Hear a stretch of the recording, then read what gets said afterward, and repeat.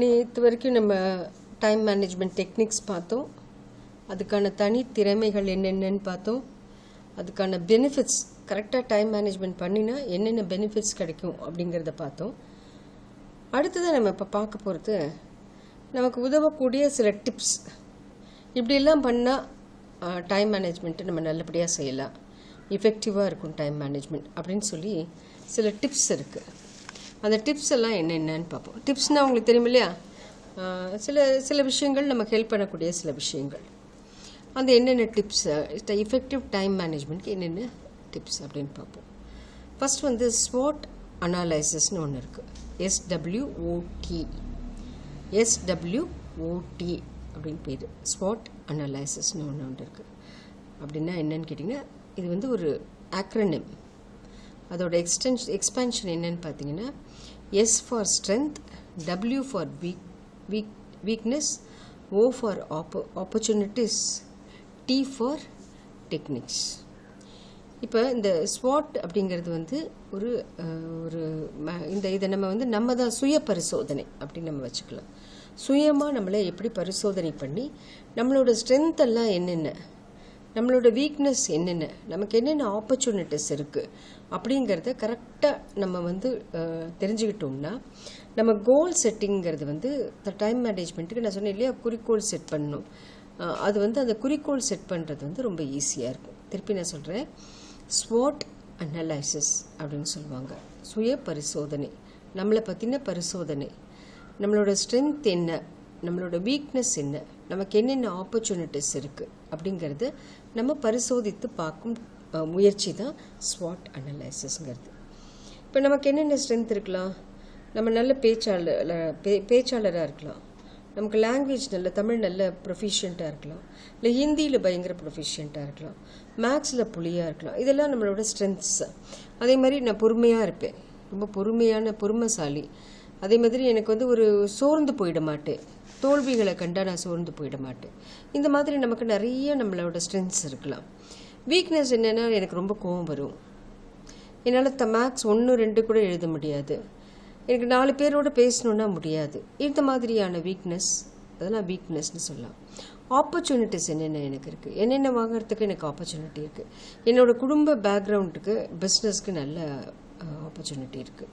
அல்லது வந்து எனக்கு வந்து நாளைக்கு நான் எனக்கு IAS கவர்மெண்ட் ஜாப்க்கு எனக்கு ஒரு ஆப்பர்ச்சுனிட்டி இருக்குது. எங்கள் அம்மா டீச்சராக இருக்காங்க, அதனால எனக்கு வந்து சொல்லித்தரத்துக்கு ஆள் இருக்காங்க. இந்த மாதிரி நம்ம ஒவ்வொருத்தரும் நம்மளோட ஸ்வாட் அனலைசிஸ், சுய பரிசோதனையை கண்டிப்பாக பண்ணணும். நம்மளோட ஸ்ட்ரென்த் என்ன, நம்மளோட வீக்னஸ் என்ன, நமக்கு என்னென்ன வாய்ப்புகள் இருக்குது அப்படிங்கிற ஒரு பரிசோதனையை பண்ணினோன்னா அதற்கு ஏற்ற மாதிரியான குறிக்கோளை நம்மளால் செட் பண்ண முடியும்.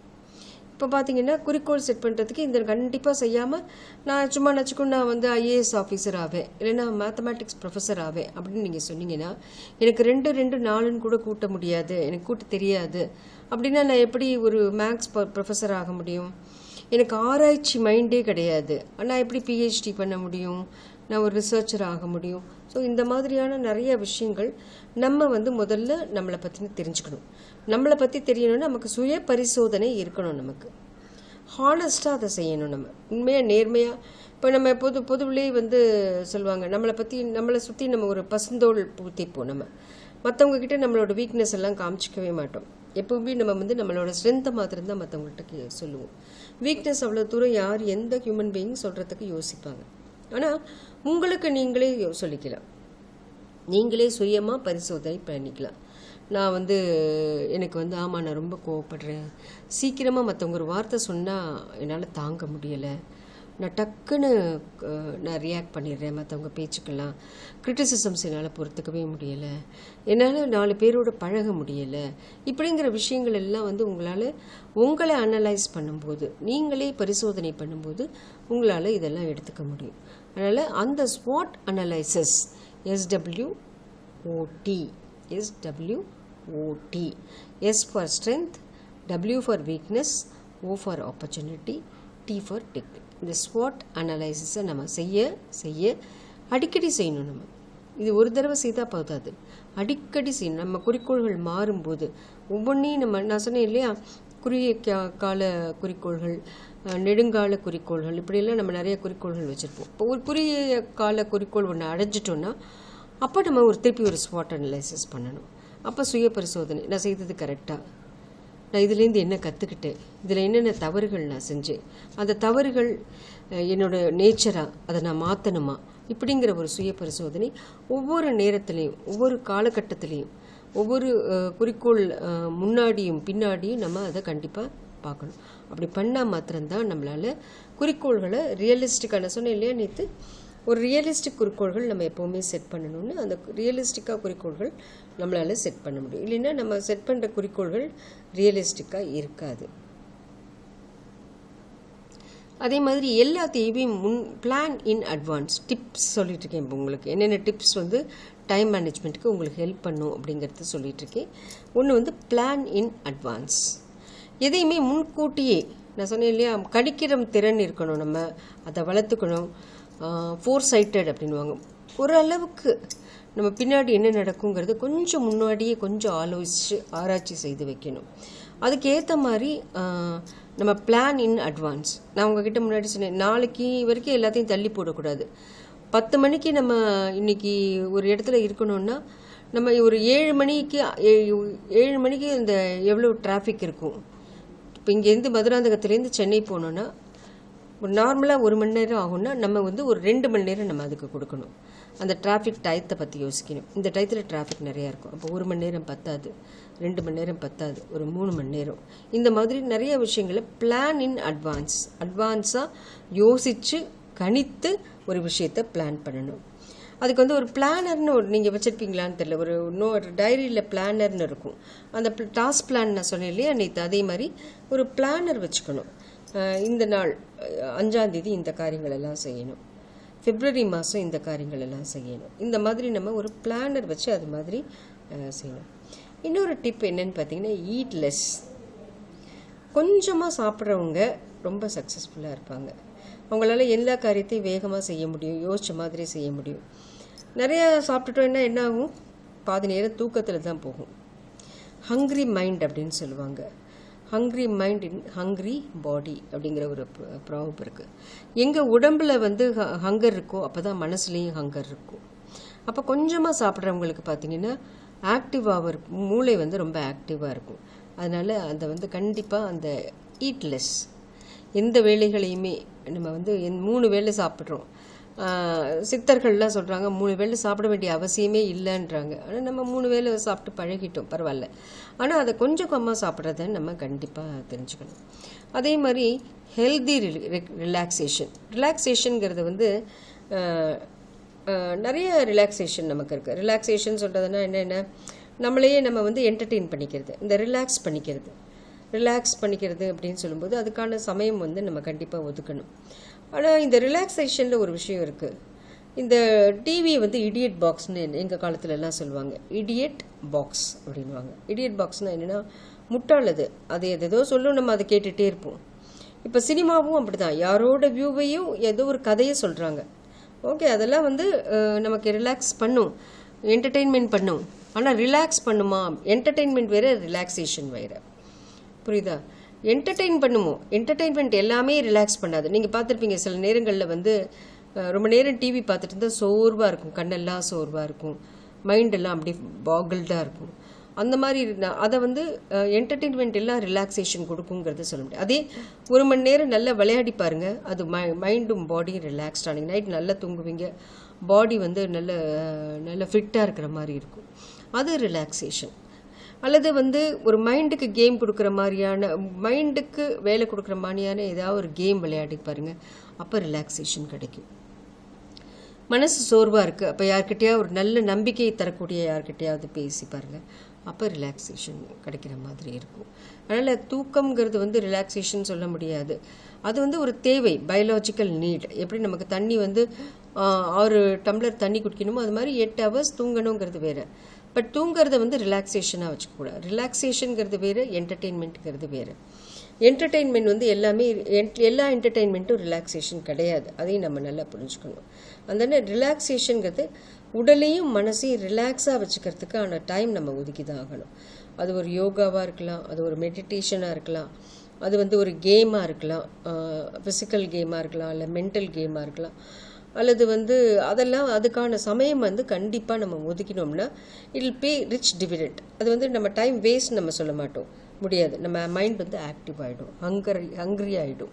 அப்போ நேச்சுரலாக நீங்கள் ஒரு படித்தாலோ ஒரு வேலை செய்தாலோ ஒரு திறமையை வளர்த்துக்குள்ள கூடிய ஒரு முயற்சியை நீங்கள் செய்தாலோ அப்போ பார்த்தீங்கன்னா அதெல்லாம் வந்து இஃபெக்டிவாக இருக்கும். அதனால் ரிலாக்ஸேஷனுக்குங்கிற டயத்தை நம்ம ஒதுக்கணும். அந்த ரிலாக்ஸேஷன் என்ன ரிலாக்ஸேஷன், அது நமக்கு என்ன பிடிச்ச ரிலாக்ஸேஷனுங்கிறது நமக்கு தெரியணும். ஒவ்வொருத்தருக்கும் அது ஒரு மாதிரி இருக்கும். ஆனால் அந்த ரிலாக்ஸேஷன் டயத்தை கண்டிப்பாக நம்ம ஒதுக்கி தான் ஆகணும். திருப்பி நான் சொல்கிறேன், ரிலாக்ஸேஷன் வேறு, என்டர்டெயின்மெண்ட் வேறு. அது ரெண்டையும் நம்ம கன்ஃபியூஸ் பண்ணிக்கக்கூடாது. அதே மாதிரி ரொம்ப பேசுறது, ஃபோன்லேயே இப்போ இருக்கிற நேரத்தில், இப்போ காலகட்டத்தில் எல்லோரும் ஃபோன்லேயே 1 மணி நேரம் பேசுகிறோம். இப்போ பார்த்தோம்னா நடந்து போகும்போது கூட சும்மா இருக்கிறதில்ல, எல்லோரும் ஒரு கையில் வந்து ஒரு ஃபோனை வச்சுட்டு பேசிக்கிட்டே இருக்கோம். தனிமையிலையும் நம்ம கூட நம்ம இருக்கிறதுலையும் நேரமே செலவழிக்கிறது இல்லை. நம்ம பெற்றோர்கள் கூட அல்லது நம்மளோட உறவினர்கள் கூட, நண்பர்கள் ஒரு 4 பேர் சேர்ந்தா கூட என்ன பண்ணோம், அவங்கவுங்க ஒரு செல்ஃபோனை வச்சு நம்ம பார்த்துட்ருக்குறோம், அல்லது இன்னொருத்தர்கிட்ட அந்த செல்ஃபோனை காமிச்சு பேசிகிட்டு இருக்கிறோம். அது இல்லாமல் ஒரு உலகத்தை நமக்கு இப்போ நினச்சே பார்க்க முடியலை. அதனால் நம்ம வந்து ஒரு லாங் கால்ஸ், ரொம்ப நேரம் பேசுறது, நிறைய நேரம் பேசுறது, ஃபோன் பண்ணிக்கிட்டே இருக்கிறது, ஃபோனை பார்த்துக்கிட்டே இருக்கிறது, இதெல்லாம் நம்ம வந்து நிறுத்தினா நமக்கு நிறைய டைம் கண்டிப்பாக கிடைக்கும். அதே மாதிரி ஒவ்வொரு நாள் இரவும் வந்து நம்ம காலையிலேருந்து எப்படி நம்ம டைமரை யூஸ் பண்ணினோம். முதல் நாள் அடுத்த நாள் காலையில் ஒரு 10 நிமிஷம், நேற்று இதெல்லாம் பிளான் பண்ணோமே, அதில் எத்தனையை முடித்தோம், எத்தனையை முடிக்கல, இன்றைக்கி எத்தனையை கேரி ஃபார்வர்ட் பண்ணணும், இது வந்து வேண்டாம், இது நம்ம ட்ரை பண்ணோம், அது வேண்டாம், இல்லை இதை வந்து வென்ஸ்டேக்கு போஸ்ட்போன் பண்ணுவோம், இன்றைக்கி சரியில்லை நமக்கு, இன்றைக்கி முடியாது, அதை வென்ஸ்டேக்கு போஸ்ட்போன் பண்ணுவோம். ஏன்னா இது வந்து இன்றைக்கி நேற்று நடக்கலை, மண்டே நடக்கலை. ஏன் நடக்கலைன்னா இதுக்கான காரணங்கள் இதெல்லாம். அதனால் அப்போ என்ன செய்வோம், புதன்கிழமை இதெல்லாம் நடந்துரும், அப்போ புதன்கிழமை நம்ம ட்ரை பண்ணுவோம். இப்படி நம்ம வந்து ரிவைஸ் பண்ணணும். நம்மளோட பிளானர் வந்து நான் சொல்ல பிளான் எழுதி வச்சுருப்போம் இல்லையா, அந்த பிளானை வந்து நம்ம ரிவைஸ் பண்ணிக்கிட்டே இருக்கணும். அது வந்து முக்கியமான விஷயம். இதெல்லாம் டிப்ஸ் ஃபார் டைம் மேனேஜ்மெண்ட். இப்போ நம்ம என்ன பார்த்தோம், பெனிஃபிட்ஸ் பார்த்தோம், அதுக்கு அடுத்தது வந்து டைம் மேனேஜ்மெண்ட் டெக்னிக் பார்த்தோம், திறமைகளை பார்த்தோம், அடுத்தது வந்து டிப்ஸை இப்போ பார்த்து முடித்தோம். அடுத்தது வந்து டூஸ் அண்ட் டோன்ட்ஸ் அப்படின்னு சொல்லுவாங்க. எதையும் செய்யக்கூடியவை, செய்யக்கூடாதவை அப்படின்னு சிலதெல்லாம் இருக்குது. அதெல்லாம் என்னென்னு பார்க்கலாம் நம்ம. ஃபஸ்ட்டு வந்து start the day with clear focus. ஒரு நாளை வந்து தொடங்கும்போது கிளியராக தொடங்கணும். ஐயோ இன்றைக்கி எழுந்திருக்கணுமா, இது வேணுமா, ஐயோ இதை செய்யணுமா, இன்றைக்கி திருப்பி அலுப்பாக இருக்குது, இப்படி எழுந்தோம்னா அந்த நாள் வந்து ஒரு முற்று பெறாத நாளாகவே போயிட்டுருக்கும். எப்போவுமே சொல்லுவாங்க early to bed early to rise அப்படின்னு சொல்லுவாங்க. சீக்கிரம் படுத்து சீக்கிரம் எழுந்திருக்கணும். ஒரு 9-9:30 மணிக்கு படுத்து காலையில் 5:30-6க்கு எழுந்திரும், மேக்ஸிமம் 6, அதுக்கு மேலே நம்ம தூங்குறது எழுந்திருக்காமல் இருந்தோம்னா அது வந்து அந்த நாளே நமக்கு வந்து நம்மளோட மூட் சரியாக இருக்காது. கரெக்டான நேரத்துக்கு எழுந்தோன்னா தான் கரெக்டான டைம் மேனேஜ்மெண்ட் இருக்கும். இல்லைன்னா அவசரமாக பதஷ்டத்தோடு எல்லா காரியங்களையும் செய்ய வேண்டி வரும். அதனால் கரெக்டாக அந்த நேரத்துக்கு எழுந்திருக்கிற வழக்கத்தை ஃபஸ்ட்டு வச்சுக்க வேணும். காலையில் 5:30-6 அலாம் வச்சு எழுந்திங்கன்னா அது ஒரு பழக்கமாகிடும். ஒரு நாள் ஒரு வாரம் நம்ம எழுந்தோம்னா அதே வந்து காலையில் எழுந்திருக்கிறது பழக்கமாகிடும். இதே நீங்கள் 8-9 மணிக்கு எழுந்து பழக்கமாகிடுச்சுன்னா அதே தான் பழக்கம் வரும். அதாவது அந்த பழக்கம் என்பது பழகுவது. அதை எப்போ வேணால் நம்ம மாற்றிக்கலாம். நான் பழகிட்டேன் அதனால் என்னால் முடியாதுன்னு எந்த காரியமே கிடையாது. அன்டூயிங் ஹேபிட்னு சொல்லுவாங்க. ஒரு விஷயத்தை பழகிட்டோன்னா அதை திருப்பி மறந்துட்டு இன்னொரு புது பழக்கத்தை நம்மளால் பழகிக்க முடியும். அப்படி இல்லைன்னு வச்சுக்கோங்களேன், மனுஷ வாழ்க்கையே ரொம்ப கஷ்டம். மனுஷனோட வாழ்க்கையே இருக்காது. அதனால் நம்ம பழகின விஷயங்களை மறந்துட்டு இன்னொரு புது பழக்கத்தை நம்மளால் பழகிக்கக்கூடிய தன்மை கடவுள் வந்து மனிதனுக்கு இயற்கையாக கொடுத்துருக்கான். அதனால் அந்த பழக்கத்தை காலையில் சீக்கிரம் எழுந்திருக்கும் பழக்கத்தை பழகிக்கணும். எழுந்த உடனே ஏதாவது ஒரு சின்ன ஒரு ப்ரேயரோ மெடிடேஷனோ ஏதாவது ஒன்று செஞ்சுட்டு அன்னைய ஃப்ரம் மார்னிங் டு ஈவினிங் என்ன செய்ய போகிறோங்கிற ஒரு அளவுக்காவது யோசித்து பிளான் பண்ணி வச்சுக்கணும். அதே மாதிரி காலையில் எழுந்த இன்றைக்கி நான் சும்மாவே உட்காந்து, நேற்றெல்லாம் ரொம்ப வேலை செஞ்சுட்டேன்ப்பா, இன்றைக்கி நான் சும்மாவே உட்காந்துருக்கேன். 30 நாளும் 365 நாளும் நம்ம ஏதாவது ஒரு விதத்தில் ஆக்குப்பைட்டாக இருக்கணும். நாய் பூனை பண்ணி தான் பேசாமல் படுத்து கிடக்கும். நம்ம மனிதர்கள் இல்லையா, நம்ம ஏதாவது ஒன்று குறிக்கோளை அச்சீவ் பண்ணிக்கிட்டே இருக்கணும். இல்லைன்னா நம்மளை அப்படியே நாய் மாதிரியே பண்ணி மாதிரியே அப்படியே வாழ வேண்டியது தான். நம்ம அந்த மாதிரி இல்லையே, நம்ம மனிதர்கள் சிந்திக்க தெரிந்தவர்கள் இல்லையா, நம்ம அவங்கள்ட்டேருந்து வேறுபட்டவங்க. அப்போ நமக்கு நம்ம ஒரு என்னென்ன செய்யணும் அப்படிங்கிற ஒரு லிஸ்ட்டை இன்றைக்கி செய்யணும். இப்போ நிறைய பேருக்கு எனக்கு தெரியல, நிறைய பேர் இப்போ வெளியில் போகிறது, ஷாப்பிங் போகிறதுக்கு முன்னாடி எழுதி வச்சுட்டு போவேன், மறந்துடுவேன் அப்படிங்கிறனால என்னென்ன சாமான் வாங்கணும் அப்படிங்கிற மாதிரி. அதே மாதிரி இந்த டைம் மேனேஜ்மெண்ட்டுக்கும் காலையில் எழுந்தவுடனே இன்றைக்கி என்னென்ன செய்யணும் அப்படிங்கிற ஒரு லிஸ்ட்டை கண்டிப்பாக எழுதணும். இது எழுதுறது ஒரு நல்ல ஒரு பழக்கம். இது என்ன சொல்லுவாங்க, வயசான காலத்தில் உங்களுக்கு ரொம்ப ஹெல்ப் பண்ணும். என்னென்னா எழுதுகிறவங்க எழுதி பழகப்பட்டவங்களுக்கு பர்கின்சனிசம்னு ஒரு டிசீஸ் வராது. பர்கின்சனிசம்னு ஒரு டிசீஸ் உண்டு. சில பேருக்குலாம் கை கால் ஆடிட்டே இருக்கும்ல, பர்கின்சனிசம் சொல்லுவாங்க, பர்கின்சன்ஸ் டிசீஸ் அப்படின்னுவாங்க. அந்த டிசீஸ் வரவே வராது. ரொம்ப எழுதிக்கிட்டே இருக்கிறவங்க, அந்த ஃபீல்டில் இருக்கிறவங்களுக்கு அந்த வியாதி வரதுக்கான வாய்ப்பு இல்லை. அதனால் அந்த கைக்கு நிறையா வேலை கொடுங்க, கைக்கு நிறைய வேலை கொடுங்க. எழுதி பாருங்கள், எழுதி நீங்கள் என்னென்ன வேணும் அப்படிங்கிறத ஒரு டைரியில் எழுதி வைக்கணும். அதே மாதிரி ஃபோக்கஸ் ஆன் ஹை வேல்யூ. எப்பவுமே அப்துல் கலாம் சொன்னார் இல்லையா, அப்துல் கலாம் சொன்னார் நம்மக்கிட்ட, என்ன சொன்னா, இளைஞர்களை கனவு காணுங்கள் அப்படின்னு சொன்னார். ஹையர் வேல்யூஸில் நம்ம இருக்கணும். எதையுமே எய்ம் ஹை. கனவு காணுங்கள்னா எதுக்காக அவர் கனவு காண சொன்னார்? கனவு என்ன மாதிரி கனவு காண சொன்னார்? நீங்கள் இப்படி ஆகணும் அப்படி ஆகணுங்கிற ஒரு கனவாக காணுங்க. ஒரு நல்லபடியாக பெருசாக கனவு காணும்போதே பெருசாக கனவு காணணும். இப்போ கேட்கும்போதே நம்ம 1 லட்சம் கொடுங்க 2 லட்சம் கொடுங்க அப்படின்னு சொல்லி கேட்குற மாதிரி நிறைய கனவு, பெரிய ஒரு லெவலில் கனவு காணணும். பெரிய ஒரு அச்சீவ் பண்ணும்போது பெரிய லெவலுக்கு அச்சீவ் பண்ணணும். ரொம்ப சின்ன விஷயமா நான் கிளர்க் ஆகணும், நான் பேங்க்கில் அசிஸ்டண்ட் ஆகணும் அப்படின்னு, பேங்க் மேனேஜர் ஆகணும், நான் கார்ப்பரேட் உலகத்தில் நான் ரீஜனல் டிரெக்டர் ஆகணும். இந்த மாதிரி எய்ம் ஹை பண்ணணும். ஹை வேல்யூ திங்ஸை நம்ம பண்ணணும். அடுத்தது ரொம்ப இன்ட்ரப்ஷன்ஸ், நமக்கு தடங்கல்களை கொஞ்சம் கம்மி பண்ணிக்கணும். ரொம்ப தடங்கல்கள் வராத அளவுக்கு நம்ம கம்மி பண்ணிக்கணும். நான் இப்போ சொன்ன மாதிரி ஃபோனை ஸ்விட்ச் ஆஃப் பண்ணி வச்சிடணும். ஃப்ரெண்ட்ஸை கொஞ்சம் நேரத்துக்கு தள்ளி வைக்கணும்.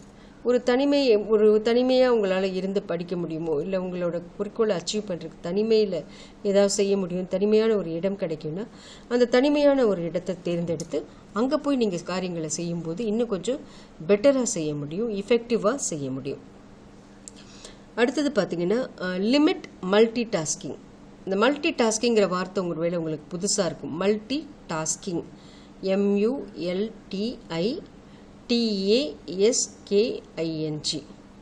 ஒரே நேரத்தில் 10 வேலை. இப்போ நம்ம முக்கால்வாசி பேர் பார்த்திங்கன்னா டிவி பார்த்துட்டு தான் சாப்பிட்றது, அல்லது சாப்பிடும்போது இப்படி பக்கத்தில் ஒரு செல்லை வச்சுட்டு என்ன சாப்பிடணும்னு தெரியாமல் செல்லை பண்ணிகிட்ருக்கிறது.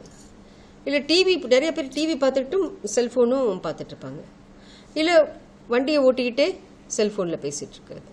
இது மாதிரி ஒரு நேரத்தில் ஒரு வேலை செய்ய வேண்டிய இடத்துல 2-3 வேலை செய்யறது. அதனால என்ன ஆகும், அந்த 2-3 வேலையுமே குளறுபடியாக தான் ஆகும். அது 2-3மே சரியாக இருக்காது. ஒரு நேரத்தில் ஒரு வேலை அதுதான் செய்யணும், அதான் கரெக்ட். அப்போ தான் நான் சொன்னேன் இல்லையா, கவனம் முழுவதும் ஒரே வேலையில் வச்சாதான் அந்த வேலை திறன்பட செய்ய முடியும்னு சொன்னேன் இல்லையா. அப்படி செய்யணும்னா ஒரு நேரத்தில் ஒரு வேலை தான் கண்டிப்பாக நம்ம செய்யணும். ஒரே நேரத்தில் 10 வேலை 2-3 வேலை, பாதி கேட்டுக்குவோம் பாதி செய்வோம், செய்கிறதுலேயும் பாதி தான் செய்வோம், அது திருப்பி செய்ய வேண்டி வரும், அல்லது அது தவற முடியும், அதனால் பிரச்சனைகள் வரும். இப்படியாக இருக்கிற சூழ்நிலையை நம்ம கண்டிப்பாக அவாய்ட் பண்ணிக்கணும். அதனால் என்ன செய்யணும், மல்டி டாஸ்கிங் அப்படிங்கிற ஒரு விஷயத்தை நம்ம செய்யவே கூடாது. அதற்கு பதிலாக ஒரு நேரத்தில் ஒரு வேலை, ஒரே நேரத்தில் ஒரே வேலை தான் கண்டிப்பாக செய்யணும். இதெல்லாம் two's and don'ts.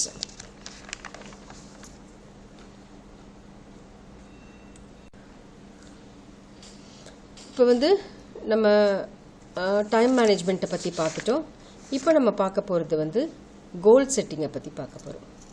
Goal setting, குறிக்கோள்களை எப்படி நம்ம உருவாக்குவது, நம்ம குறிக்கோள்களை எப்படி நம்ம ஃப்ரேம் பண்ணுறது அப்படிங்கிறத பற்றின விஷயங்களை பார்க்க போகிறோம். நான் திருப்பி சொல்கிற மாதிரி குறிக்கோள்கள் ரியலிஸ்டிக்காக இருக்கணும். ரொம்ப நம்மளுக்கு வந்து நேர்மையாக இருக்கணும், உண்மையாக இருக்கணும், நம்மளுக்கு அட்டைன் பண்ணக்கூடியதாக இருக்க வேண்டியது ரொம்ப ரொம்ப அவசியம். அடுத்தது வந்து நம்ம யூஸ்வலாகவே கோலை எப்படி செட் பண்ணுவோம்னு பார்த்தீங்கன்னா, நம்மளோட எக்ஸ்பீரியன்ஸை வச்சு தான். முன்னாடி நம்ம எப்படி ஒரு குறிக்கோளை வைக்கும்போது நம்ம எப்படி செய்தோம், 10th எப்படி படிச்சிருந்தோம், 12th எப்படி படிச்சிருந்தோம். இப்போ சப்போஸ் நம்ம ஒரு மேத்தமேட்டிஷியனாக ஆகணும் அப்படின்னா 10th படிக்கும்போது நம்ம மேக்ஸ் எப்படி போட்டோம், 10th என்ன மார்க் வாங்கியிருந்தோம், 12th என்ன மார்க் வாங்கியிருந்தோம். இந்த மாதிரி நம்ம எக்ஸ்பீரியன்ஸை வச்சு தான் பொதுவில் நம்மளோட கோலை வைப்போம். அதே மாதிரி சில பேர் சஜஷன்ஸ் கொடுக்கலாம். நீ தான் நல்ல ஸ்மார்ட்டாக பேசுகிறியே, நீ லாயர் ஆகே அப்படின்னு சொல்லி யாராவது சஜஷன் கொடுப்பாங்க, அட்வைஸ் கொடுப்பாங்க. அதை பேஸ் பண்ணி நம்ம கோல் வைக்கலாம்.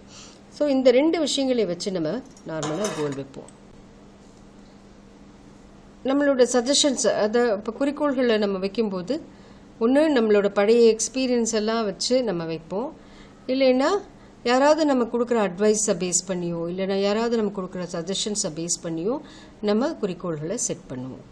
அது வந்து அது திருப்பி வைக்கும்போது அது ரியலிஸ்டிக்காக இருக்கா, கரெக்டாக இருக்கா அப்படிங்கிறதெல்லாம் நம்ம கண்டிப்பாக பார்த்துக்கணும்.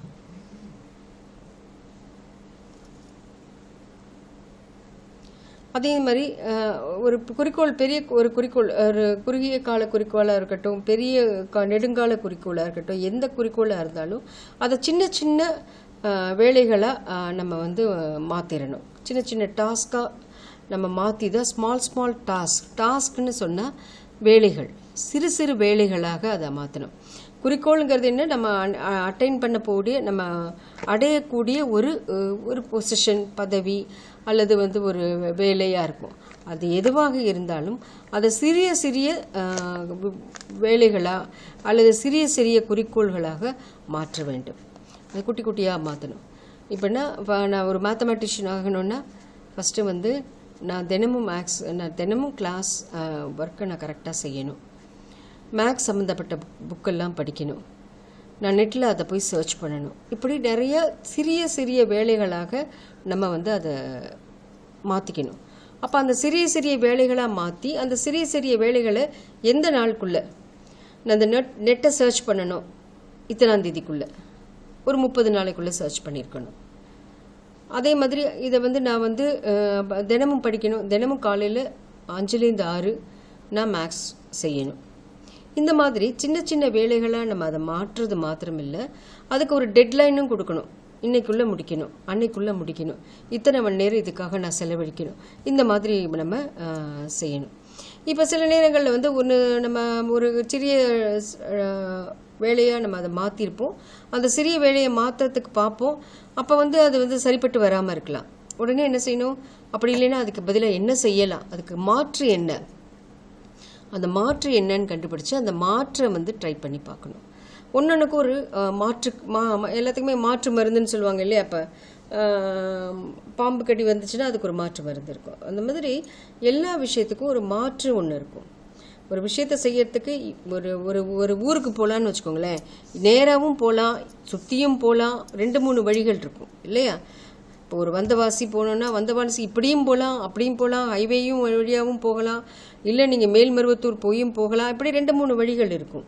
நம்ம வந்து ஒருவேளை நம்ம ஹைவேயில் எனக்கு சரிப்பட்டு வரல, நான் வேணா மேல்மருவத்தூர் வழியாக போகிறேன். இந்த மாதிரி நமக்கு ஒரு காரியத்தை வச்சு நம்ம பண்ணும்போது நமக்கு நிறையா வழிகள் இருக்கும். அந்த வழிகளில் நமக்கு எதை சரியாக இருக்கோ அதை சூஸ் பண்ணலாம், போய் பார்க்கலாம். அது சரிப்பட்டு வரல, அந்த வழியை விட்டுட்டு அடுத்த வழியை ட்ரை பண்ணலாம். ஸோ அந்த மாதிரி நிறைய ஆல்டர்னேட்டிவ்ஸ் இருக்கும். அந்த ஆல்டர்னேட்டிவ்ஸை நம்ம கண்டிப்பாக ட்ரை பண்ணணும். அதே மாதிரி எப்போவுமே வாழ்க்கையில் வந்து ரொம்ப டூ ரிஜிடாக இருக்க முடியாது. ரிஜிட்னா என்ன சொல்கிறது, இப்படித்தான் இருக்கணும், கோடு போட்டு வாழ்வேன் அப்படிங்கிற மாதிரி வாழ்க்கையில் கிடையாது. எந்த ஒரு ரூல் போட்டோம்னா கூட இந்த ஒரு நூல் மாதிரி நம்ம வாழ்க்கையை நடத்த முடியாது. இந்த நூலுக்கு 2 எண்டு இருக்கும். இந்த எண்ட்லேருந்து பார்க்கும்போது இந்த எண்டு வேறு மாதிரி தெரியும், இந்த எண்டுலேருந்து பார்க்கும்போது இந்த எண்டு வேறு மாதிரி தெரியும். அதனால் நூல் மாதிரி நம்ம வந்து வாழ்க்கையை நடத்தவே முடியாது. அதனால் நம்ம வந்து இப்போ ஒரு குறிக்கோள் வச்சுட்டோம், இன்னைக்கு கண்டிப்பாக நான் செய்தே ஆகணும், நான் இதை செய்யலைன்னா அவ்வளோதான், நான் தூங்கவே மாட்டேன். சில பேருக்கு அந்த மாதிரி எல்லாம் இருக்கும், இன்னைக்கு நான் இதை செய்யலை அதனால் எனக்கு தூக்கமே வரல அப்படின்னு சொல்லிட்டு. அந்த மாதிரி இருக்கிறதும் சரியான டைம் மேனேஜ்மெண்ட் கிடையாது. ஃப்ளெக்சிபிளாக இருக்கணும் லைஃப்பில். நம்ம கொஞ்சம் வந்து நாணல் மாதிரி கொஞ்சம் வளையணும். நாணல் பார்த்துருப்பீங்க இல்லையா? நாணல்னு ஒரு செடி இருக்குது. அது மழை அடித்தாலும் சரி, காற்று வீசினாலும் சரி, அந்த நாணல் வந்து ஒடிஞ்சு விழாது. இதே மரங்கள் வந்து ஒடிஞ்சு விழுந்துடும். இந்த நாணல் அவ்வளோ சீக்கிரத்தில் ஒடிஞ்சு விழாது. ஏன்னா காற்று வீசும்போது அந்த காற்று பக்கம் போய்க்கும், மழை போகும்போது மழை பக்கமாக போய்க்கும். ஸோ அந்த மாதிரி வந்து நாணல் மாதிரி கொஞ்சம் வளைஞ்சு நெளிஞ்சு கொஞ்சம் ஃப்ளெக்சிபிளாக லைஃப்பில் வந்து நம்ம டைம் மேனேஜ்மெண்ட்டை அடாப்ட் பண்ணோன்னா சக்ஸஸ்ஃபுல்லாக கண்டிப்பாக இருக்கும். அதே மாதிரி எல்லாத்துலேயுமே இப்போ பார்த்தீங்கன்னா உங்களுக்கெல்லாம் வந்து உங்களை மாதிரி யங்ஸ்டர்ஸ்க்கு வந்து நிறைய ரிசோர்ஸஸ் இருக்குது. நிறைய ஒரு விஷயத்தை நீங்கள் கற்றுக்கணும்னு முடிவு பண்ணிட்டீங்கன்னா அதை கற்றுக்கொள்வதற்கு நிறைய வகைகள் இருக்குது, நிறைய வழிகள் இருக்குது. எங்களை மாதிரி கிடையாது. அப்போனா ஒன்று டீச்சர்ஸ் கிட்ட தான் போக முடியும். இப்போ அப்படி கிடையாது. இப்போ வந்து நிறைய புத்தகம் படிக்கலாம், இல்லை நெட்டில் போகலாம், இல்லை சென்டர்ஸ் நிறையா இருக்குது. அந்த மாதிரி நிறைய வழிகள் இருக்குது. அந்த ரிசோர்ஸ் மொபிலைசேஷனுங்கிறது வந்து இந்த காலத்தில் ரொம்ப ஈஸியான ஒரு விஷயம். இப்போ டைம் மேனேஜ்மெண்ட் நம்ம குறிக்கோளை அடையணும்னா அதுக்கு என்னென்ன தேவை, அந்த தேவைகளை பெறுவதற்கு வழிகள் நிறைய இருக்குது. அந்த வழிகளை தேடி நம்ம போய் போய் நம்ம அதை உபயோகப்படுத்தி கொள்வது தான் புத்திசாலித்தனம். அது ஒரு டைம் மேனேஜ்மெண்ட்டோட அடுத்தது இவாலுவேஷன். நான் சொன்னேன், எப்போவுமே ஒரு காரியம் செய்து முடித்த உடனே அதை வந்து நம்ம இவாலுவேட் பண்ணணும். இப்போ நீங்கள் எக்ஸாம் எழுதினா கூட நாங்கள் வந்து இவாலுவேட் பண்ணுறோம். இவாலுவேஷன்னா என்ன? வேல்யூவேஷன்னா என்ன? மார்க் போடுறது. இந்த கொஷனுக்கு இவ்வளோ மார்க், டோட்டலாக 75க்கு இவ்வளோ மார்க் அப்படின்னு நாங்கள் போடுறோம். அதுக்கு பேர் தான் இவாலுவேஷன் பேர். மதிப்பீடல். எந்த ஒரு காரியத்தையும் மதிப்பீடு செய்யணும். நீங்களே மதிப்பீடு செய்யணும். நான் இதை கரெக்டாக செய்தேனா, செய்யலையா, எனக்கு நான் எவ்வளோ மார்க் கொடுத்துப்பேன், நான் இந்த பரீட்சையை ஆன்லைன் பரீட்சையை நான் கரெக்டாக செய்தேனா, அதில் என்னென்ன தவறுகள் செய்தேன், இதுக்கு எனக்கு எவ்வளோ மார்க் கிடைக்கும், இந்த மார்க் நியாயமான மார்க்கா நியாயம் இல்லாத மார்க்கா அப்படின்னு நம்மளை சுய மதிப்பீடு செய்து கொள்ளணும். டைம் மேனேஜ்மெண்ட் இந்த குறிக்கோளை வந்து நம்ம செட் பண்ணும்போது அந்த குறிக்கோள் சரியான குறிக்கோளா, அந்த குறிக்கோளை நம்ம அடைந்து விட்டோமா, அடைந்த முறை சரியா, இல்லை வேறு எப்படி இதை அடைந்திருக்கலாம், இந்த குறிக்கோளை எப்படியெல்லாம் மாற்றலாம், அடுத்த குறிக்கோளை எப்படி இந்த குறிக்கோளை வச்சு இன்னொரு குறிக்கோளை நம்ம கொண்டு போகலாம், இப்படிங்கிறதெல்லாம் நீங்கள் எப்போ செய்ய முடியும் அப்படின்னு பார்த்தீங்கன்னா நீங்கள் சுய மதிப்பீடு செய்யும்போது தான். நீங்களே இவாலுவேட் செய்யும்போது உங்களால் கண்டிப்பாக இந்த கோல் செட்டிங் அப்படின்னு சொல்கிற இந்த குறிக்கோளை வந்து செய்கிறது ரொம்ப ஈஸியாக இருக்கும். அடுத்தது வந்து பார்க்க போகிறது ஆர்ட் ஆஃப் டெலிகேஷன். நான் உங்ககிட்ட அந்த DELEGATION டெலிகேஷனுங்கிறத பற்றி நான் வந்து நேற்றே சொன்னேன். பகிர்ந்து தருவது. ஒரு வேலைன்னு ஒன்று இருந்தால் அதை சின்ன சின்ன வேலைகளாக மாற்றணும். அந்த சின்ன சின்ன வேலைகளையும் எல்லோருக்கும் பகிர்ந்து கொடுக்கணும். அந்த பகிர்ந்து கொடுக்கறது வந்து ஒரு ஆர்ட் அப்படின்வாங்க. அது வந்து ஒரு கலை. எப்படி டீச்சிங் ஒரு கலையோ, பேசுவது ஒரு கலையோ, இதுவும் ஒரு கலை. கரெக்டாக அந்த வேலையை பகிர்ந்து கொடுக்கறது, அதுவும் டைம் மேனேஜ்மெண்ட்டில் ஒரு முக்கியமான ஒரு விஷயம். எப்படி நீங்கள் பகிர்ந்து கொடுக்கறதுக்கு ஒரு கலைன்னு சொல்கிறேன் அப்படின்னு கேட்டிங்கன்னா, யாருக்கு இந்த வேலையை செய்தால் நல்லாயிருக்கும் அப்படிங்கிறது ரொம்ப அதை வந்து ஆராய்ச்சி செய்து கொடுக்கணும். இப்போ இவங்ககிட்ட அந்த வேலையை கொடுத்தா நம்ம எதிர்பார்த்த அந்த ரிசல்ட் வருமா இல்லை வராதா, அப்போ இந்த வேலையை செய்யக்கூடிய ஒரு 4-5 பேர் எடுத்து இதில் யாருக்கு இந்த வேலையை கொடுக்கலாம், இதில் யார் பெஸ்ட் சூட்டபிள், ரொம்ப சூட்டபிளாக இருக்கக்கூடியது யார் அப்படிங்கிறது வந்து நம்ம யோசிக்கலாம். அப்படியே அந்த 4-2-3 பேரில் ஒருத்தருக்கு நம்ம அந்த வேலையை கொடுக்கலாம். அதுக்கு வந்து ஒரு லிஸ்ட்டு ஒன்று தயாரிக்கணும். இந்த வேலையை நம்ம யார்கிட்ட கொடுக்கலாம். இல்லை வந்து இப்போ வந்து நீங்கள் வந்து ஒரு படிக்கணும்னு நினைக்கிறீங்க. நான் இது வந்து நான் மேக்ஸை ஒரு 4 டீச்சர்ஸ் கிட்ட படிக்கணும். அப்போ இந்த 4 டீச்சரில் எனக்கு யார் இந்த பாடத்தை சொல்லித்தர யார் ரொம்ப ரொம்ப உதவியாக இருப்பாங்க, முதலாக இவங்க, 2ஆவதா இவங்க, 3ஆவதா இவங்க, 4ஆவதா இவங்க. முதல்ல இருக்கிறவங்கள போய் பார்க்கறது, அவங்க செய்தாங்கன்னா ஒத்துக்கிறது, அப்படி இல்லைன்னா 2ஆவது இருக்கிறவங்க, அப்படி இல்லைன்னா 3ஆவது இருக்கிறவங்க, அப்படி இல்லைன்னா 4ஆவது. இந்த மாதிரி ஒரு ப்ரியாரிட்டி கொடுக்கணும். நம்ம டெலிகேஷன் பண்ணுறதுக்கும் பகிர்ந்து கொடுப்பதற்கும் முதல்ல யாருன்னு நம்ம யோசிக்கணும். அந்த 2-3 பேரை தேர்ந்தெடுக்கணும். ஏன்னா அது எல்லாரும் நம்ம கொடுக்கும்போது அந்த வேலையை செய்வாங்கன்னு சொல்ல முடியாது இல்லையா? அதனால் அந்த 2-3 பேரை தேர்ந்தெடுக்கணும். அந்த 2-3 பேரை தேர்ந்தெடுத்துட்டு ஒருவர் பின் ஒருவராக நம்ம ட்ரை பண்ணணும்.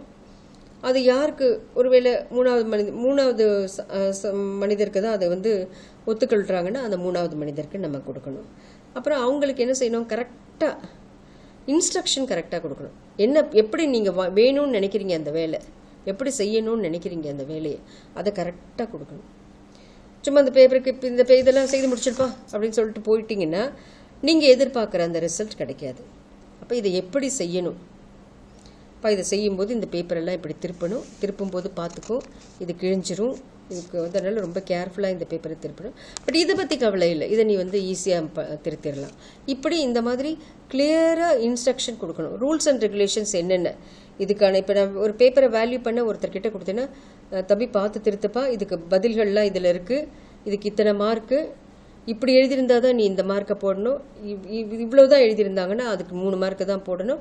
இந்த மாதிரி கிளியர் இன்ஸ்ட்ரக்ஷன்ஸ் கொடுத்துடணும். ரூல்ஸ் அண்ட் ரெகுலேஷன்ஸ் கிளியராக ஸ்பெல் பண்ணிடணும்.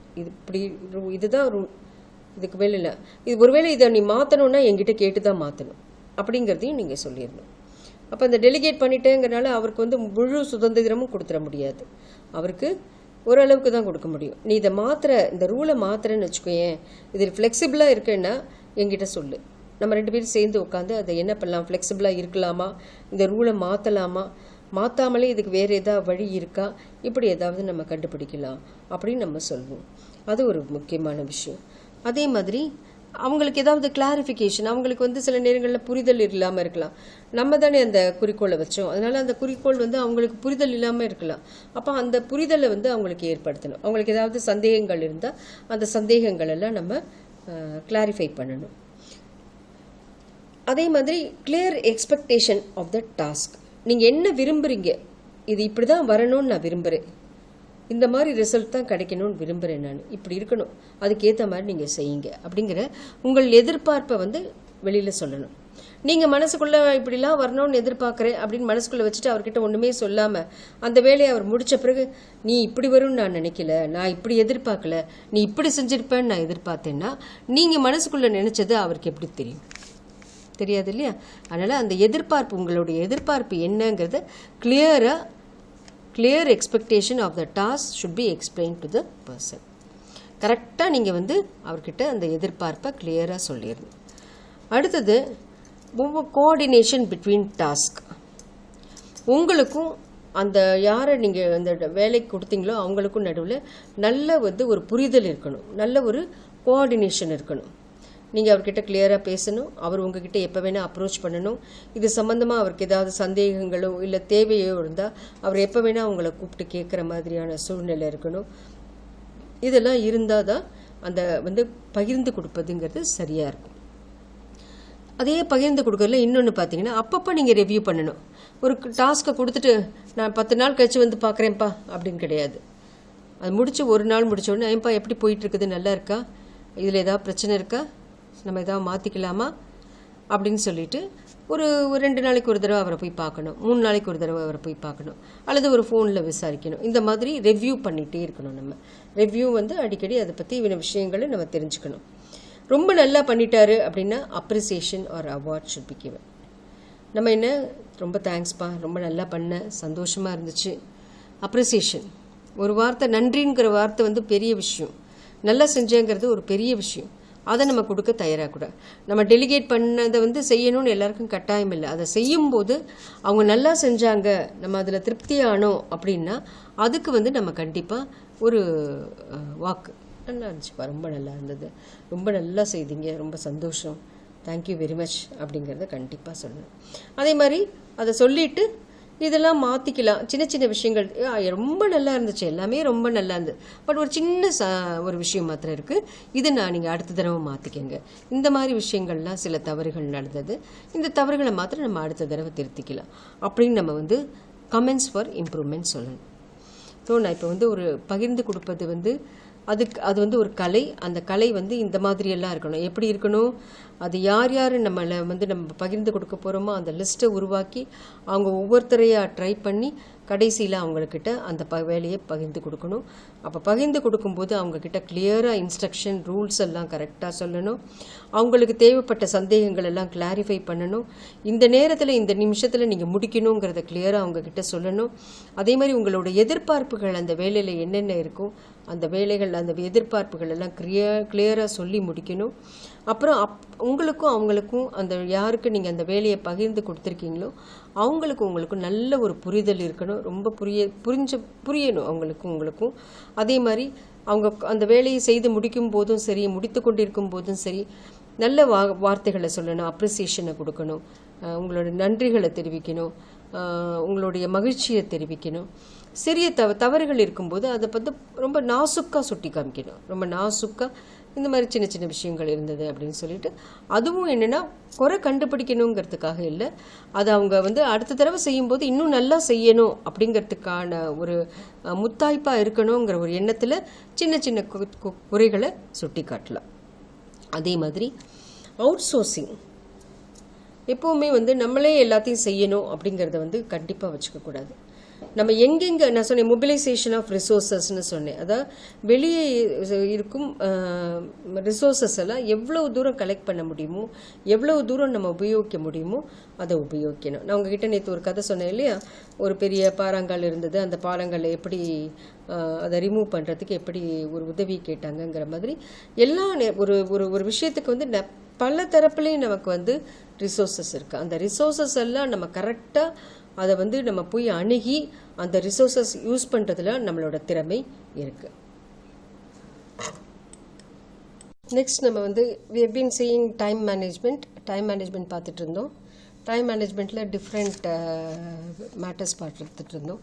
ஃபஸ்ட்டு வந்து டெஃபினேஷன் பார்த்தோம், அடுத்தது கான்செப்ட்ஸ் பார்த்தோம், அப்புறம் மீனிங் பார்த்தோம், அப்புறம் elaborate meaning of time management பார்த்தோம், டைம் மேனேஜ்மெண்ட் டெக்னிக்ஸ் பார்த்தோம், பெனிஃபிட்ஸ் ஆஃப் டைம் மேனேஜ்மெண்ட் பார்த்தோம், என்னென்ன டிப்ஸ் ஃபார் டைம் மேனேஜ்மெண்ட் பார்த்தோம், ஸ்கில்ஸ் ஆஃப் டைம் மேனேஜ்மெண்ட் பார்த்தோம், அப்புறம் டூஸ் அண்ட் டோன்ட்ஸ் எது எது செய்யணும் எது எது செய்யக்கூடாது டைம் மேனேஜ்மெண்ட்டில் அதை பார்த்தோம். அப்புறம் கோல் செட்டிங்னா என்ன அப்படிங்கிறத பற்றி ரொம்ப விரிவாக பார்த்தோம். டெலிகேஷன் அப்படின்னு சொல்கிற அந்த பகிர்தல் பற்றி நிறைய பார்த்தோம். நம்ம இந்த டைம் மேனேஜ்மெண்ட்டில் சில விஷயங்கள் இருக்குது, அதெல்லாம் நம்ம இப்போ கொஞ்சம் பார்ப்போம். டைம் மேனேஜ்மெண்ட் பண்ணணுமா பண்ணக்கூடாதா, டைம் மேனேஜ்மெண்ட் இஃபெக்டிவாக இல்லையா அப்படிங்கிறதுக்கு வந்து சில ஃபேக்டர்ஸ் நம்ம எடுத்துக்கணும், சில ஃபேக்டர்ஸை நம்ம கன்சிடர் பண்ணணும்.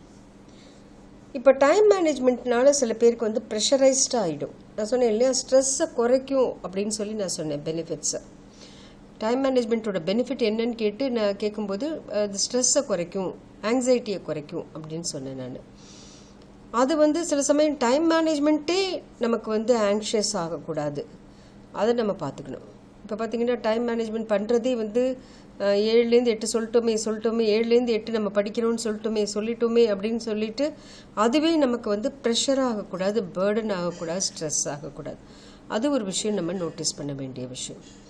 ஸோ இந்த டைம் மேனேஜ்மெண்ட் பண்ணும்போது நம்ம கொஞ்சம், அதனால தான் நான் சொன்னேன் ரீசனபிளாக பண்ணுங்க அப்படிங்கிற விஷயத்த நான் வந்து அடிக்கடி சொன்னது என்னதுன்னா, ரீசனபிளாக பண்ணாதப்போ நம்மளால் அதை அடாப்ட் பண்ண முடியாது, செய்ய முடியாது அந்த டைம் மேனேஜ்மெண்ட்டை.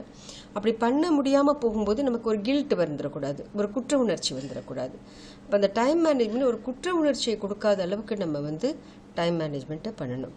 இப்போ டைம் மேனேஜ்மெண்ட் பண்ணுறதுனால நம்ம ப்ரெஷர் ஆகிக்கக்கூடாது, அதை கொஞ்சம் ஈஸியாக எடுத்துக்கணும். அதாவது நம்ம வேலைகளை வந்து நம்ம ஈஸியாக எடுத்துக்கொள்வதற்காக நம்ம வந்து டைம் மேனேஜ்மெண்ட் பண்ணுறோங்கிறத நல்ல தெளிவாக புரிஞ்சுக்கணும். அதுக்கு கான்ட்ரரியாக அதுவே நமக்கு வந்து ஸ்ட்ரெஸ்ஸை கொடுக்குற விஷயமா நம்ம மாற்றிடக்கூடாது, அதை நம்ம ரொம்ப பார்த்துக்கணும்.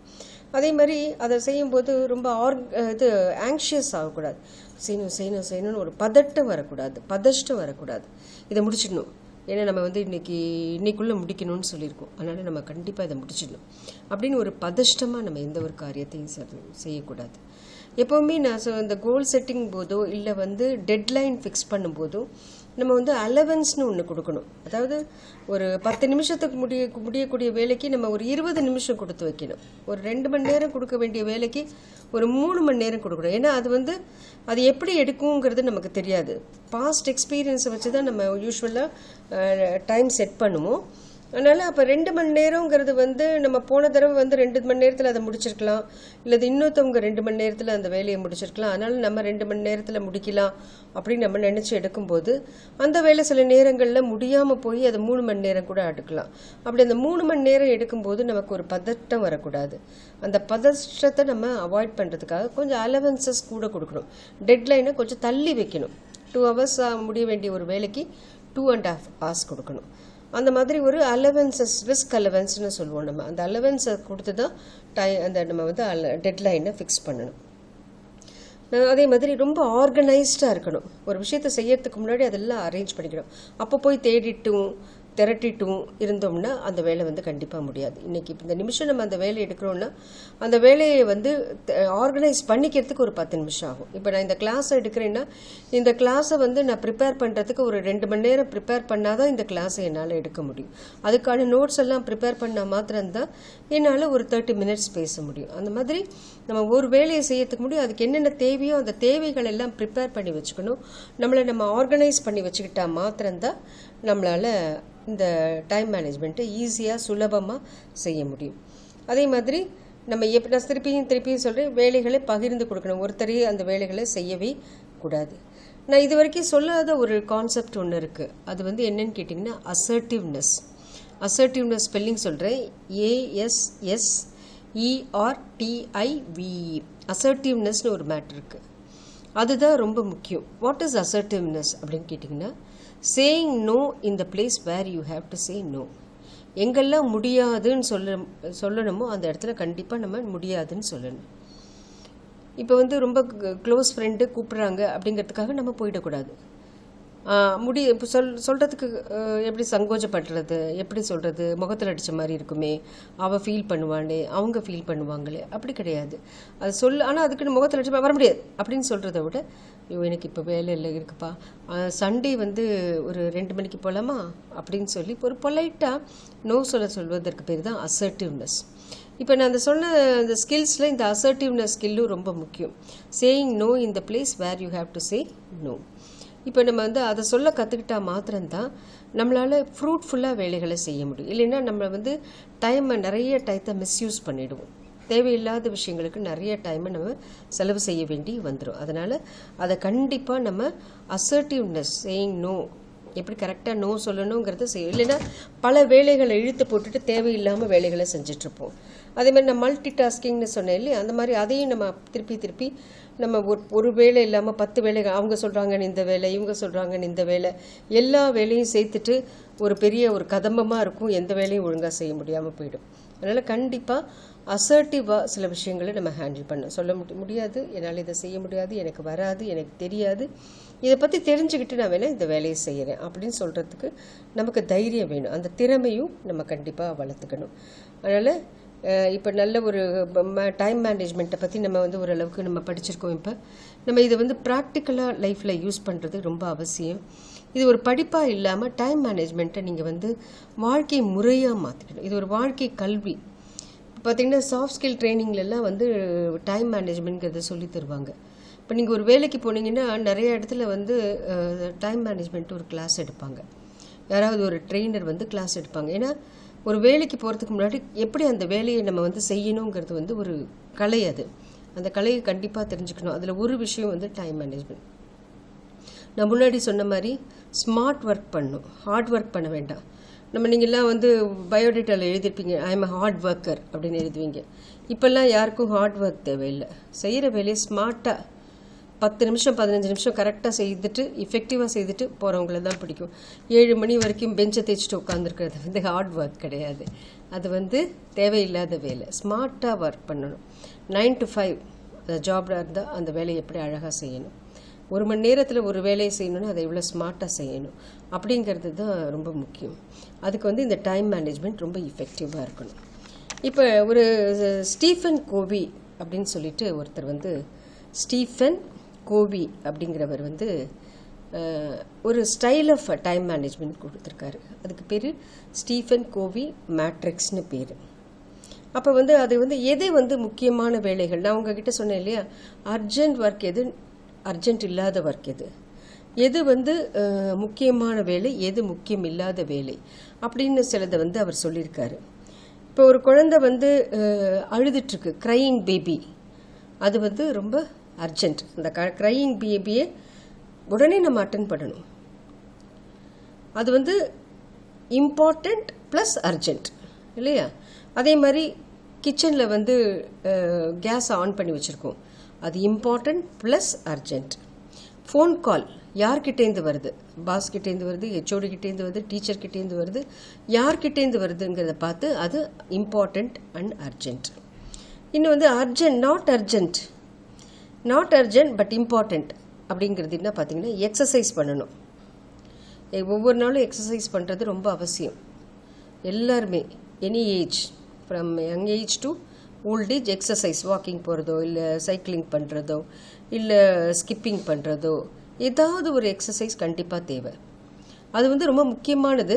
ஆனால் அர்ஜென்ட்டான்னு கேட்டிங்கன்னா அர்ஜென்ட் கிடையாது. இப்போ நம்ம என்ன பார்த்துட்ருக்கோம், எது எது முக்கிய, ஒரு examples of urgent work, examples of important work நான் கொடுத்துட்ருக்கேன், மாதிரியே சொல்லிகிட்ருக்கேன். அப்போ அர்ஜென்ட் ஒர்க்கில் என்னென்ன சொல்கிறேன், குழந்தை அழுதுட்டுருக்குன்னா அது ரொம்ப முக்கியம். கிச்சனில் வந்து நெருப்பு எரிஞ்சிட்ருக்குது அல்லது கேஸ் ஆன் பண்ணியிருக்கோன்னா அது முக்கிய விஷயம். ஃபோன் கால் முக்கியமானவங்க கிட்டேருந்து, நம்ம பாஸ் அந்த மாதிரியான ஆள் ஹெச்ஓடிக்கிட்டேருந்து வரதெல்லாம் ரொம்ப அர்ஜென்ட்.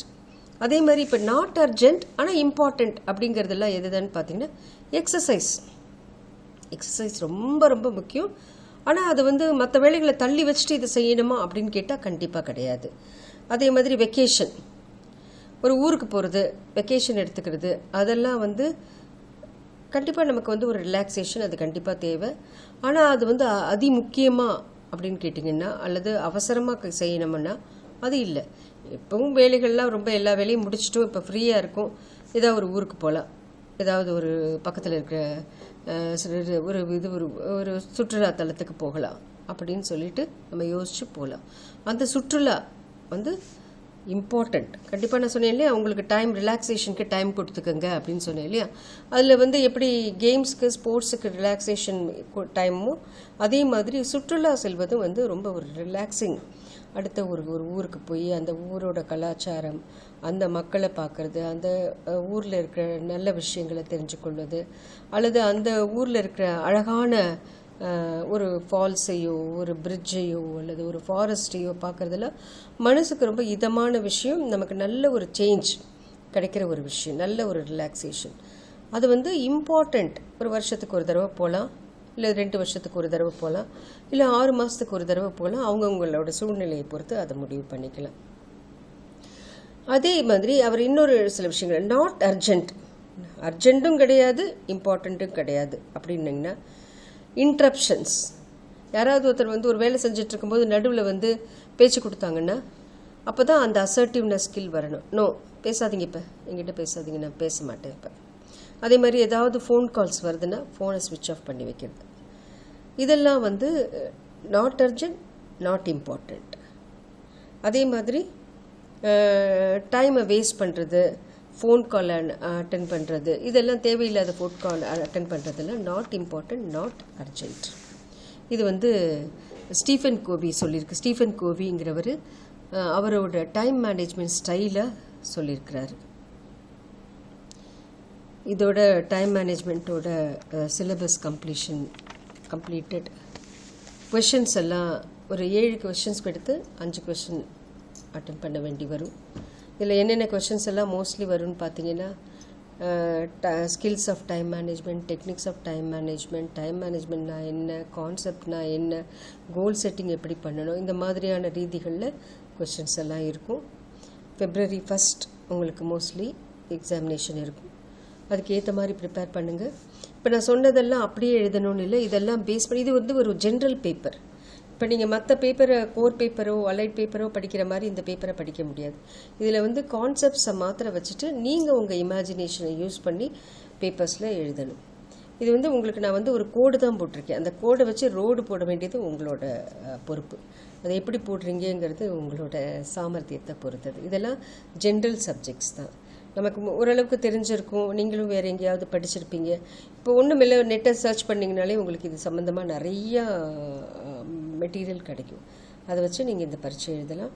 உங்கள் எல்லாருக்கும் என்னோடய blessings and prayers. இந்த பேப்பர் மாத்திரமில்லை, எல்லா பேப்பரும் நல்லா எழுதணும். ஆன்லைனில் தான் எக்ஸாம்ஸ் எழுதுகிறோம், அதையும் சின்சியராக இந்த தடவை செய்யுங்க. உங்களுக்கு ஃபஸ்ட் செமஸ்டர் இது யூனிவர்சிட்டி ஃபஸ்ட் செமஸ்டர் எக்ஸாமினேஷன், இது சீரியஸாக ப்ரிப்பேர் பண்ணுங்கள். இது எப்படி இருக்குன்னு உங்களுக்கு தெரியாது, ஏன்னா இது வரைக்கும் +2 வரைக்கும் ஒரு மாதிரியான டைப் ஆஃப் எக்ஸாமினேஷன் இருக்கும். இப்போ அதுவும் ஆன்லைனில் இருக்கும்போது, இப்போ இது ஓரளவுக்கு நீங்கள் first CAT exam, second CAT எழுதிருக்குவீங்க. இன்னும் கொஞ்சம் நாளில் மாடல் எக்ஸாம்ஸ் வந்துடும். மாடல் எக்ஸாமோட டைம் டேபிள் எல்லாம் உங்கள் ஹெச்ஓடிஸ் வந்து உங்களுக்கு அனௌன்ஸ் பண்ணுவாங்க. ஸோ ஆன்லைனில் எழுதும்போதும் நீங்கள் நல்லபடியாக எழுதணும், சின்சியராக எழுதணும். இது ஒரு ஹானஸ்ட் ப்ரிப்பரேஷனாக இருக்கட்டும். ஏன்னா ஆன்லைனில் எழுதுகிறோம் அப்படிங்கிறனால ஒரு நோட்டை பார்த்தோ பக்கத்தில் பார்த்தோ எழுதுறது வந்து அது பண்ணிடலாம். ஆனால் அது வந்து உண்மையாகவே அது நீங்கள் ஏர்ன் பண்ண மார்க்காக இருக்குமாங்கிற கேள்வி நீங்கள் கேட்டுக்கணும். இது உண்மையான நான் 40 மார்க் வாங்குகிறேன், 50 மார்க் வாங்குறேன்னா அந்த 50 மார்க் உங்களோட தகுதிக்கானதா, உங்கள் திறமைக்கானதா, உங்களை உழைப்புக்கானதாங்கிற கேள்வியை நீங்கள் முதல்ல கேட்டுக்கோங்க. அப்படின்னா மாத்திரம்தான் வந்து இந்த நிலைக்கும், இல்லைன்னா இந்த மார்க் நிலைக்காது. இந்த செமஸ்டர் நீங்கள் பாஸ் பண்ணிடலாம், அப்புறம் அடுத்த செமஸ்டர்லாம் ஃபிசிக்கல் எக்ஸாமினேஷன் தான். அதனால் ஃபிசிக்கல் எக்ஸாமினேஷனுக்கு எப்படி நீங்கள் எழுதுவீங்களோ, எப்படி ப்ரிப்பேர் பண்ணுவீங்களோ அதே மாதிரி ப்ரிப்பேர் பண்ணி செய்யணும்னு சொல்லி உங்களுக்கு ஒரு வேண்டுகோளாக வச்சுக்கிறேன். நன்றி, வணக்கம்.